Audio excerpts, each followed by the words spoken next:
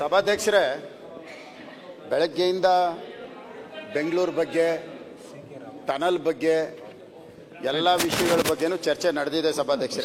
ಕೊಡುವ ಗಡಿಬಿಡಿ ಮಾಡಬೇಡಿ. ಬಹಳ ಪ್ರಮುಖವಾಗಿ ಬೆಂಗಳೂರು ಇವತ್ತು ಇಡೀ ರಾಜ್ಯಕ್ಕೆ ಸಂಪನ್ಮೂಲ ಕೊಡ್ತಾ ಇರೋಂಥ ಒಂದು ಬೆಂಗಳೂರು ನಗರ. ಆವತ್ತಿನ ಇವತ್ತು ಬೆಂಗಳೂರು ನಗರಕ್ಕೇನೆ ಕಷ್ಟದ ಪರಿಸ್ಥಿತಿ ಬಂದಿದೆ. ಇತಿಹಾಸದಲ್ಲಿ ನಾನು ಒಂದು 40 ವರ್ಷದಿಂದ MG ರೋಡಲ್ಲಿ ಓಡಾಡ್ತಾ ಇದ್ದೀನಿ ಸಭಾಧ್ಯಕ್ಷ. ನಾನು MG ರೋಡಲ್ಲಿ ಗುಂಡಿ ನೋಡಿರಲಿಲ್ಲ ಸಭಾಧ್ಯಕ್ಷ. ಫಸ್ಟ್ ಟೈಮ್ MG ರೋಡಲ್ಲಿ ಗುಂಡಿ ನೋಡಿದ್ದೀನಿ. ಸರಿಪಡಿಸುವ ಮಾಡಿಸ್ಕೊಡಿ ಸಭಾಧ್ಯಕ್ಷ. ತಾವು ಹೇಳಿದ್ಮೇಲೆ ನಂಗೆ ನಂಬಿಕೆ ಇದೆ ಸಭಾಧ್ಯಕ್ಷ. ಇದನ್ನ ಬಿಟ್ಟು ಟನಲ್ ಬಗ್ಗೆ ಮಾತಾಡಿದ್ದಾರೆ ಸಭಾಧ್ಯಕ್ಷ.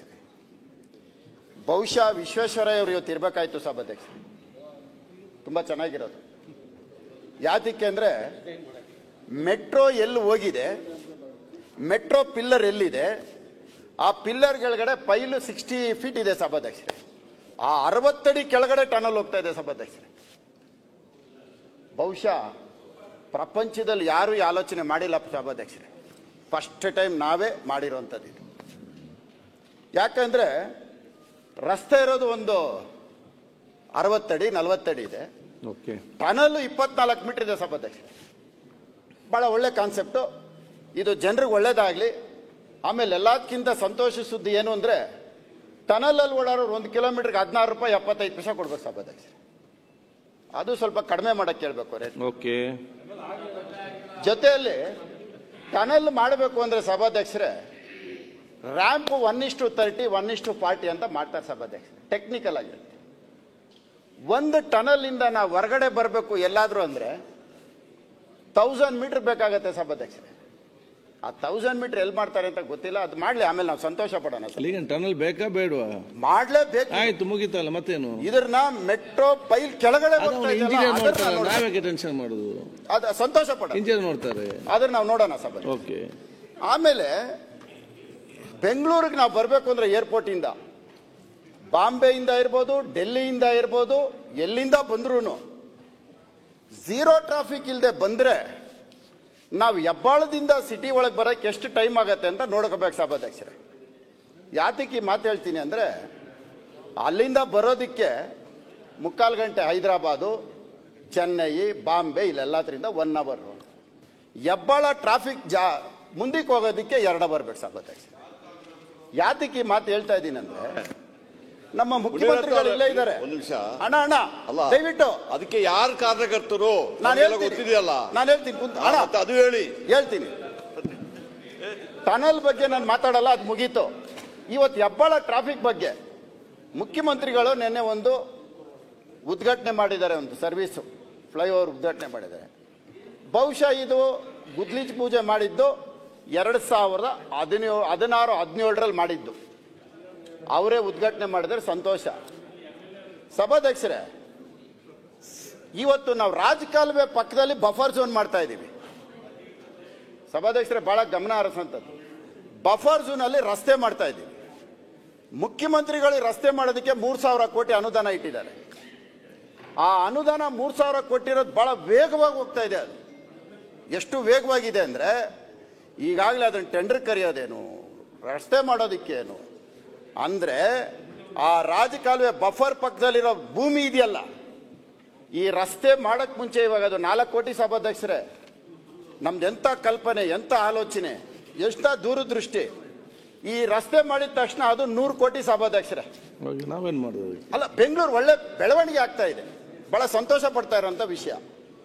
ಇಂಥ ಪರಿಸ್ಥಿತಿಯಲ್ಲಿ ಮೊನ್ನೆ ಪ್ರಧಾನಮಂತ್ರಿಗಳು ಮತ್ತೆ ನಮ್ಮ ಮುಖ್ಯಮಂತ್ರಿಗಳು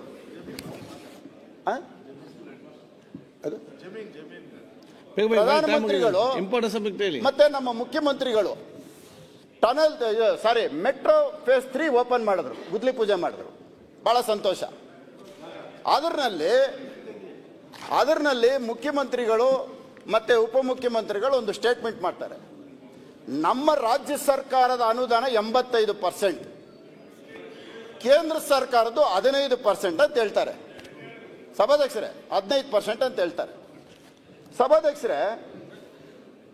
ಫೇಸ್ 3 ಮೆಟ್ರೋ ಸುಮಾರು 30-31 ಸ್ಟೇಷನ್ ಅಲ್ಲಿ 27-28 ಸ್ಟೇಷನ್ ರಾಜರಾಜೇಶ್ವರಿ ಅಸೆಂಬ್ಲಿ ಕಾನ್ಸ್ಟಿಟ್ಯೂನ್ಸಿಯಲ್ಲಿ ಬರುತ್ತೆ. ತಮಗೆ ಗೊತ್ತಿರಲಿ. ಇದು ಹಿಂದಿನ ಸರ್ಕಾರ, ಅಂದಿನ ಮುಖ್ಯಮಂತ್ರಿ ಬಸವರಾಜ ಬೊಮ್ಮಾಯಿ ಅವರು ಆವತ್ತು ಒಂದು ಪ್ಲಾನ್ ಮಾಡಿದಂಥ ಒಂದು ಕಾನ್ಸೆಪ್ಟ್ ವೆಸ್ಟ್ ಬೆಂಗಳೂರಿಗೆ. ಅದು ಮೊನ್ನೆ ಗುದ್ಲಿ ಪೂಜೆ, ಬಹಳ ಸಂತೋಷ. ಸಭಾಧ್ಯಕ್ಷ, ಈ ಸ್ಟೇಷನ್ಗಳನ್ನ ನಾವು ಮಾಡಬೇಕು ಅಂದರೆ ಲ್ಯಾಂಡ್ ಅಕ್ವಿಜೇಷನ್ ಮಾಡ್ತೀವಿ. ಲ್ಯಾಂಡ್ ಅಕ್ವಿಜೇಷನ್ ಎಲ್ಲಿ ಮಾಡ್ತೀವಿ? 1 ಕಿಲೋಮೀಟ್ರಿಂದ 1.5 ಕಿಲೋಮೀಟರ್ಗೆ ಲ್ಯಾಂಡ್ ಅಕ್ವಿಜೇಷನ್ ಮಾಡೋದು ಇಡೀ ಬೆಂಗಳೂರು, ಇಡೀ ದೇಶದಲ್ಲಿ ಮಾಡ್ತಾ ಇದ್ದೀವಿ. ರಿಂಗ್ ರಸ್ತೆ ಇದೆ ಸಭಾಧ್ಯಕ್ಷರೇ, ನಮ್ಮ ಕ್ಷೇತ್ರದಿಂದ ನಾನು ಮಾತಾಡ್ತಾ ಇರೋದು. ಒಂದು ರಿಂಗ್ ರಸ್ತೆಯಲ್ಲಿ ಲ್ಯಾಂಡ್ ಅಕ್ವಿಜೇಷನ್ ಮಾಡೋಕ್ಕೆ ಸ್ಟೇಷನ್ ಹೆಸರನ್ನ ಮೆಟ್ರೋ ಅವರು ಘೋಷಣೆ ಮಾಡಿದ್ದಾರೆ. ಪ್ರಧಾನಮಂತ್ರಿಗಳು ಗುದ್ಲೆ ಪೂಜೆ ಮಾಡಿದ್ದು, ಮುಖ್ಯಮಂತ್ರಿಗಳು ಗುದ್ಲಿ ಪೂಜೆ ಮಾಡಿದ್ರಲ್ಲಿ ಸ್ಟೇಷನ್ ಡಿಕ್ಲೇರ್ ಆಗಿದೆ. ಆ ಸ್ಟೇಷನ್ ಹೆಸರು ಮುತ್ಯಾಲನಗರ. ಮುತ್ಯಾಲನಗರ ಸ್ಟೇಷನ್ಗೆ ಸ್ಥಳಾವಕಾಶ ಬೇಕು ಸ್ಟೇಷನ್ ಮಾಡೋದಕ್ಕೆ. ಆ ಸ್ಟೇಷನ್ ಮಾಡಬೇಕಂದ್ರೆ ನಾವೇನು ಮಾಡ್ತೀವಿ? ಸಾರ್ವಜನಿಕರ ಸ್ವತ್ತುಗಳನ್ನ ಅಕ್ವಿಜೇಷನ್ ಮಾಡ್ತೀವಿ. ಅದಕ್ಕೆ 1:3 ಪರಿಹಾರ ಕೊಡ್ತೀವಿ. ಬಹಳ ಪ್ರಮುಖವಾಗಿ 1:3 ಪರಿಹಾರ ಕೊಡ್ತೀವಿ. ಪರಿಹಾರ ಕೊಟ್ಟು ಸ್ಟೇಷನ್ ಮಾಡ್ತೀವಿ. ಎಲ್ಲರೂ ಮಾತಾಡ್ಬೇಕಲ್ಲ. ಅಲ್ಲಲ್ಲ, ಹೇಳ್ತೀನಿ ಸಭಾಧ್ಯಕ್ಷ, ದಯವಿಟ್ಟು ಪರಿಹಾರ ಕೊಡ್ತೀವಿ. ನಮ್ಮ ಸರ್ಕಾರದ ಸ್ವತ್ತು 1 ಎಕರೆ 30 ಗುಂಟೆ ನಾವು ಹಿಡ್ಕೊಂಡು ಪಕ್ಕದಲ್ಲಿರೋ ಆಸ್ತಿನ ನಾವು ಅಕ್ವಿಜೇಷನ್ ಮಾಡಿದ್ರೆ ಇದು ದೇವ್ರ ಮೆಸ್ತಾನ ಸಭಾಧ್ಯಕ್ಷ. ಓಕೆ, 1 ಎಕರೆ 30 ಗುಂಟೆ 30 ವರ್ಷಕ್ಕೆ ಲೀಸಿಗೆ ಕೊಟ್ಟು ಯಾರೋ ಒಬ್ಬ ಮದರ್ ತೆರೆಸಾ ಸ್ಕೂಲ್ನವನ್ನ ಸಾಕಿ ಈ ಬಡವರು ಮನೆ ಕಿತ್ಕೊಳ್ಳೋದು ಎಷ್ಟು ನ್ಯಾಯ ಸಭಾಧ್ಯಕ್ಷರೇ? ಸ್ಟೇಷನ್ ಅಲ್ಲೇ ಮಾಡ್ಬೋದಲ್ಲ ಅಣ್ಣ, ಒಂದೇ ನಿಮಿಷ. ಸ್ಟೇಷನ್ ಅಲ್ಲಿ ಮಾಡ್ಬೋದಲ್ಲ. ಸ್ಟೇಷನ್ ಅಲ್ಲಿ ಮಾಡೋದ್ರಿಂದ ಸುಮಾರು 3-4 ಕಿಲೋಮೀಟರ್ಗೆ ಪಾರ್ಕಿಂಗ್ ಸಿಗತ್ತೆ, ಸ್ಟೇಷನ್ ಆಗತ್ತೆ. ಮುತ್ಯಾಲ ನಗರ ಏನು ಘೋಷಣೆ ಆಗಿದೆ ಅದೇ ಜಾಗದಲ್ಲಿ ಮಾಡಿದ್ರೆ ಈ ಪಕ್ಕದಲ್ಲಿ ಬಡವರು ಪಾಪ 50-60 ವರ್ಷದಿಂದ ಪಿತ್ರಾರ್ಜಿತ ಆಸ್ತಿ, ಅಲ್ಲಿ ಯಾರು ವಲಸೆ ಬಂದಿರೋಂಥವ್ರು ಯಾರು ಇಲ್ಲ, ವಲಸೆ ಬಂದು ಜಾಗ ಖರೀದಿ ಮಾಡಿರೋರು ಯಾರು ಇಲ್ಲ. ಸ್ಥಳೀಯ ಜಾಲಹಳ್ಳಿ ಗ್ರಾಮಸ್ಥರು ಸುಮಾರು 7-8 ತಲೆಮಾರಿಯಿಂದ ಅಲ್ಲೇ ವಾಸ ಮಾಡ್ತಾ ಇರೋಂಥವ್ರು ಆಸ್ತಿ ಕಿತ್ಕೊಳ್ಳೋದು ಎಷ್ಟು ನ್ಯಾಯ? ಒಂದೇ ನಿಮಿಷ ತಾಳಪ್ಪ, ಒಂದೇ ನಿಮಿಷ ಮುಗಿಸಿ. ಅಧ್ಯಕ್ಷರೇ, ಇದು ನಮ್ಮೂರು, ನಾನು ಹುಟ್ಟಿ ಬೆಳೆದವರು, ನಮ್ಮ ಮುತ್ತಾತರ ಕಾಲದಿಂದ ಇದೆ. ಮುತ್ಯಾಲಮ್ಮ ದೇವಸ್ಥಾನ ಪ್ರಾಪರ್ಟಿ. ಇದು ಸರ್ಕಾರದ್ದೇನಲ್ಲ, ಇಟ್ಸ್ ನಾಟ್ ಎ ಗವರ್ಮೆಂಟ್ ದೇವಸ್ಥಾನದ ಪ್ರಾಪರ್ಟಿನೇ separate. That's also government property. ಅದರ ಬೆಲೆ ಇವತ್ತು ಸುಮಾರು 250 ಕೋಟಿ ರೂಪಾಯಿ ಬೆಲೆ ಬಾಳ್ತದೆ. 250 ರಿಂಗ್ ರೋಡ್ ಅಲ್ಲಿದೆ. ಮೊನ್ನೆ ನಾನು ಅಸೆಂಬ್ಲಿಯಲ್ಲಿ ಪ್ರಶ್ನೆ ಕೇಳಿದಾಗ ಮುಜರಾಯಿ ಸಚಿವರು ಹೇಳಿದ್ರಿ, ಈ ತರ ಯಾರಿಗೋ ನೀವು ಅಲಾಟ್ ಮಾಡಕ್ ಹೋಗ್ತಾ ಇದ್ದೀರಾ, ಇದು ಅನ್ಯಾಯ, ಅದು ಮೆಟ್ರೋ ಮಾಡಿ, ಮೆಟ್ರೋಗೆ ಹೆಂಗೂ ಜಾಗ ಅಲೋಕೇಶನ್ ಮಾಡ್ತಾ ಇದ್ದಾರೆ ಈಗ ಮಾಡಿ, ಅಥವಾ ಅಲ್ಲಿ ನಮ್ಮ ಹಳ್ಳಿಗೆ ಪ್ಲೇ ಗ್ರೌಂಡ್ ಇಲ್ಲ, ಒಂದು ಪ್ಲೇ ಗ್ರೌಂಡ್ ಇಲ್ಲ, ಬಹಳ ಪುರಾತನ ಊರು. ನಾವು ಹೇಳಿದ್ರೆ ಅವಾಗ ಮುಜರಾಯಿ ಸಚಿವರು ಯಾವುದೇ ಕಾರಣಕ್ಕೂ ನಾನು ಡೆವಲಪರ್ಗಳಿಗೆ ಬಡಿತೀನಿ, ನಾನು ಯಾವುದೇ ಕಾರಣಕ್ಕೂ ಇಲ್ಲ, ಕೊಡೋದೇ ಇಲ್ಲ, ನಾ ಇಮಿಡಿಯೇಟ್ ಆಗಿ ಅದನ್ನು ತಗೊಂಡು ನಾನು ದೇವಸ್ಥಾನಕ್ಕೆ ಬರಿತೀನಿ ಅಂತ ಇಲ್ಲಿ ಉತ್ತರ ಕೊಟ್ಟರು. ಈಗ ಕೊಟ್ಟಿದ್ದಾರೆ. ಇದು ಸಭೆಯ ಏನಂತ ಅಂತಾರೆ, ಅದಕ್ಕೆ ಹಕ್ಕುಚ್ಯುತಿ ಆಗಲ್ವಾ ಅಧ್ಯಕ್ಷರೇ? ಇಲ್ಲಿ ಅವತ್ತು ಸ್ಟೇಟ್ಮೆಂಟ್ ಇಲ್ಲ, ನಾನು ನೋಡ್ತೀನಿ ಅಂತ ಹೇಳಿದ್ರೆ ಪರವಾಗಿಲ್ಲ, ಡೈರೆಕ್ಟ್ ಆಗಿ ನನ್ನ ಹತ್ರ ಕಾಪಿ ಇದೆ, ಅದ್ರ ಕಾಪಿನೂ ಇದೆ, ಕಾಪಿ ಓದ್ತೀನಿ ಬೇಕಾದ್ರೆ. ಅದರಲ್ಲಿ ಕ್ಲಿಯರ್ ಆಗಿ ಹೇಳಿದಾರೆ ಮುಖ್ಯಮಂತ್ರಿಗಳೇ, ಏನ್ ಹೇಳಿದ್ದಾರೆ, ನಾನು ಈ ಆಸ್ತಿಯನ್ನ ಸರ್ಕಾರಕ್ಕೆ ವಾಪಸ್ ತಗೊಂಡು ಅದು ದೇವಸ್ಥಾನಕ್ಕೆ ರಿಟೈನ್ ಮಾಡ್ತೀನಿ ಅಂತ ಹೇಳಿದ್ದಾರೆ. ಈಗ ಅದೇ ಜಾಗನ ಮೆಟ್ರೋದವರು ಪರ್ಚೇಸ್ ಮಾಡಕ್ ಹೋಗ್ತಾ ಇದ್ದಾರೆ. ಅಂದ್ರೆ ಈ ಜಾಗನಲ್ಲ, ಪಕ್ಕದ ಪ್ರೈವೇಟ್ ಅವ್ರದ್ದು 100 ಕೋಟಿ ಮೇಲೆ ಕೊಡ್ಬೇಕು ಅವರು. ಪ್ರೈವೇಟ್ ಅವ್ರಿಗೆ 1:2 ಕೊಡಬೇಕು ಅವರು. ಇದು ಅನ್ಯಾಯ ಅಲ್ವಾ? ಯಾಕೆ ಅವ್ರಿಗೆ ಮಾಡೋದು? ಅಲ್ಲಿ ಪ್ರೈವೇಟ್ ಅವ್ರಿಗೆ ಏನ್ ಬರ್ತೈತೆ ಈಗ? ಸ್ಕೂಲ್ ಕೊಟ್ರೆ, ಲೀಸ್ ಕೊಟ್ಟವ್ರೆ, ಎಷ್ಟು ಕೊಡ್ತಾರೆ ಅವರು? ವರ್ಷಕ್ಕೆ ಒಂದು 5 ಲಕ್ಷನೋ 3 ಲಕ್ಷನೋ ಏನೋ ಕೊಡ್ತಾರೆ ಅಷ್ಟೇ. ಯಾಕೆ ಕೊಡಬೇಕು? ತಪ್ಪಲ್ಲ ಅಧ್ಯಕ್ಷರೇ. ದಯವಿಟ್ಟು ಈ ತರ ಮಾಡೋದು ಒಳ್ಳೇದಲ್ಲ. ದಯವಿಟ್ಟು ಅದನ್ನ ರದ್ದು ಮಾಡಿ ಮೆಟ್ರೋಗೆ ಕೊಡಿ. ಮೆಟ್ರೋಗೆ ಅಟ್ಲೀಸ್ಟ್ 100 ಕೋಟಿ ಉಳಿತೈತೆ. ಇಲ್ಲ ಡೀಲ್ ಆಗ್ಬಿಡ್ತೈತೆ ಇದು. ಇಲ್ಲ ಡೀಲಾನೇ ಕೊಟ್ಟಿರೋದು. ಇನ್ನೇನು ಕೊಡ್ತಾರೆ? ಅವನೇನು ಆಕಾಶದಿಂದ ಹೇಳ್ಬೇಕು? ಏನೋ ಗೌರ್ಮೆಂಟ್ ಸ್ಕೂಲ್ ಕೊಟ್ಟಿದ್ರೆ ಹೇಳ್ಬೋದಾಯ್ತು ಡಿ ಕೆ ಶಿವಕುಮಾರ್, ಏನಪ್ಪ ಗೌರ್ಮೆಂಟ್ ಸ್ಕೂಲ್ಗೂ ವಿರೋಧ ಮಾಡ್ತೀಯಾ ಅಂತ. It's not A government school, it's not A aided school. ನೀವು ಕೊಟ್ಟಿರೋದಕ್ಕೆ ಹೇಳ್ತಾ ಇರೋದು, ನೀವೇ ಕೊಟ್ಟಿರೋದು. ಮುಜರಾಯಿ ಇಲಾಖೆಯಿಂದ ಕೊಟ್ಟಿದ್ದಾರೆ. ಮುಜರಾಯಿ ಇಲಾಖೆ ಆಕ್ಚುಲಿ ಕೊಡಕ್ ಬರಲ್ಲ. ಹಿಂಗೆ ಸರ್ಕಾರದೇನೋ ಗೋಮಾಳ ಇದ್ರೆ ಏನೋ ಮಾಡ್ಬೋದಾಯ್ತಾನೋ. ಮುಜರಾಯಿ ಇಲಾಖೆ ದೇವಸ್ಥಾನ ಸ್ವತ್ತು, ಮುತ್ಯಾಲಮ್ಮ ದೇವಸ್ಥಾನ, ಆ ಶಾಪ ನಿಮ್ಗೆ ತಟ್ಟಲ್ವಾ ಮುತ್ಯಾಲಮ್ಮಂದು? ಯಾಕೆ ಕೊಡ್ಬೇಕು? ದಯವಿಟ್ಟು ಪ್ಲೀಸ್ ದಯವಿಟ್ಟು ನೀವು ಮಾತಾಡಿ. ಈ ತರ ಆಗಿದ್ರೆ ನಾನು ವಾಪಸ್ ತಗೊಂತೀನಿ ಅಂತ ಹೇಳಿ. ಅವರೇನೋ ಮಾತಾಡೋದು ಅಷ್ಟೇ. ನನಗೆ for my memory, okay, as for as corporation is concern, ನಾನು ಇವತ್ತವರೆಗೂ ಒಬ್ಬರಿಗೂ ಕೊಟ್ಟದ್ದು ನನಗೆ ನೆನಪಿಲ್ಲ. I just check it up and I'll come back to you. Sir please, ತಾಳಪ್ಪ ಒಂದೇ ನಿಮಿಷ. ನಾನು ವೆಲ್ಕಮ್ ಮಾಡ್ತೀನಿ ನಿಮ್ಮ ಸ್ಟೇಟ್ಮೆಂಟ್ನ. ಬಟ್ ಆಚೆ ಕಡೆ ಎಲ್ಲ ಡಿ ಕೆ ಶಿವಕುಮಾರ್ ಅಂತ ಹೇಳ್ತಾರೆ. ದಯವಿಟ್ಟು ಹೋಗ್ಬೇಕು. ಏನೇ ಆದ್ರೂ ಡಿ ಕೆ ಶಿವಕುಮಾರ್, ಏನೇ ಆದ್ರೂ ಡಿ ಕೆ ಶಿವಕುಮಾರ್ ಅನ್ನೋದು ಬರಬಾರ್ದು. ಬೆಂಗಳೂರಲ್ಲಿ ಎಲ್ಲ ಏನೇನೋ ನೋಡಿ, ಅದಕ್ಕೆ ನಾನು ಹೇಳಿದ್ದು ಇದು ದೇವಸ್ಥಾನ ಸೊತ್ತು, ಹಂಗೆ ಕೊಡಕ್ ಬರಲ್ಲ, ತಪ್ಪು. ಅದು 250 ಕೋಟಿ ಬೆಲೆ ಬಾಳ. ಸುರೇಶ್ ಗೌಡ ದಯವಿಟ್ಟು ಮತ್ತು ಪಠಾಣ್ ಮತ್ತು ಜನಾರ್ದನ್ ರೆಡ್ಡಿ ಮತ್ತು ಸಮೃದ್ಧಿ ಅಧ್ಯಕ್ಷರೇ, ಅಲ್ಲ ಮೊದ್ಲು ಮಾತಾಡಿದ್ರಲ್ಲ. ಆಯ್ತು ಅಧ್ಯಕ್ಷರೇ, ನೀವು ಹೇಳಿದ್ದ ನೀವೇ ನಡ್ಕೊಳ್ರಿ. ಏನ್ ಊಟಕ್ಕೆ ಹೋಗ್ಲಾರ್ದು ಇಲ್ಲೇ ಕುಂತ್ರು ಮಾಡ್ಸಾಡ್ಕೊಂಡ್ರೆ ತಾಳ್ಮೆ ಕಲೆಯಿರಿ. ಒಂದು ನಿಮಿಷ.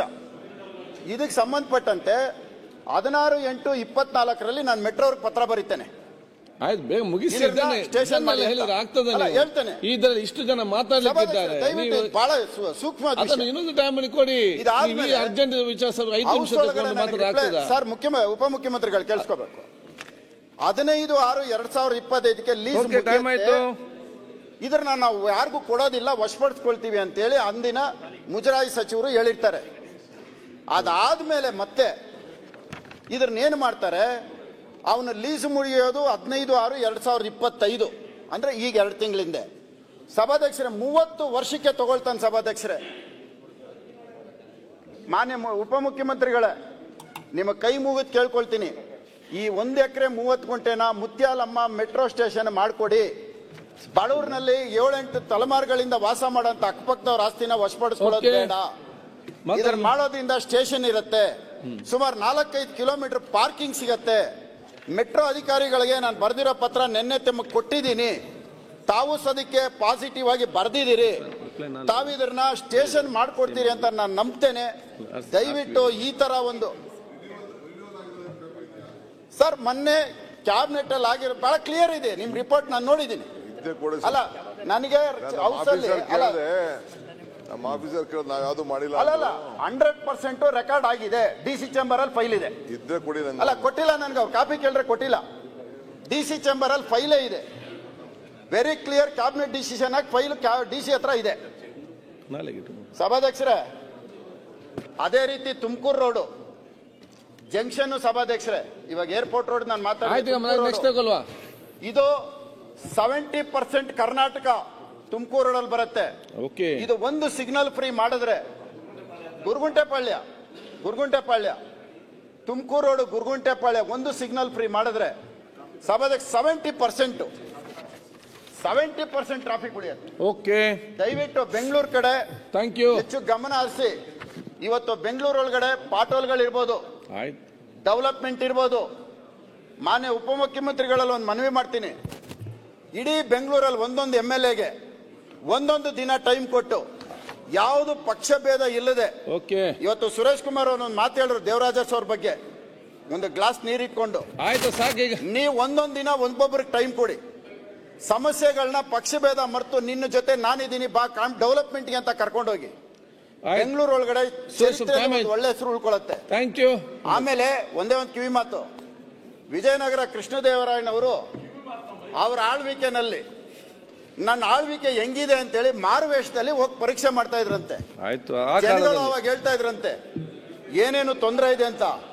ಒಂದು ಸಾರಿ ನೀವು ಮಾರುವೇಷದಲ್ಲಿ DK ಶಿವಕುಮಾರ್ ಬಗ್ಗೆ ಏನ್ ಹೇಳ್ತೀರಾ ಅಂತ ಒಂದು ಅಭಿಪ್ರಾಯ ಕಲೆಕ್ಟ್ ಮಾಡಿ, ನಿಮ್ಮ ಬಗ್ಗೆ ಸಿಗಂತ ಅಭಿಪ್ರಾಯನ ನೀವೇ ಪಡ್ಕೊಳ್ಳಿ, ಆಮೇಲೆ ಸರಿ ಮಾಡ್ಕೊಳ್ಳಿ. ಸುರೇಶ್ ಗೌಡ್ರೆ, ಒಳ್ಳೇದಾಗಿ. ಮಾನ್ಯ ಸಭಾಧ್ಯಕ್ಷ.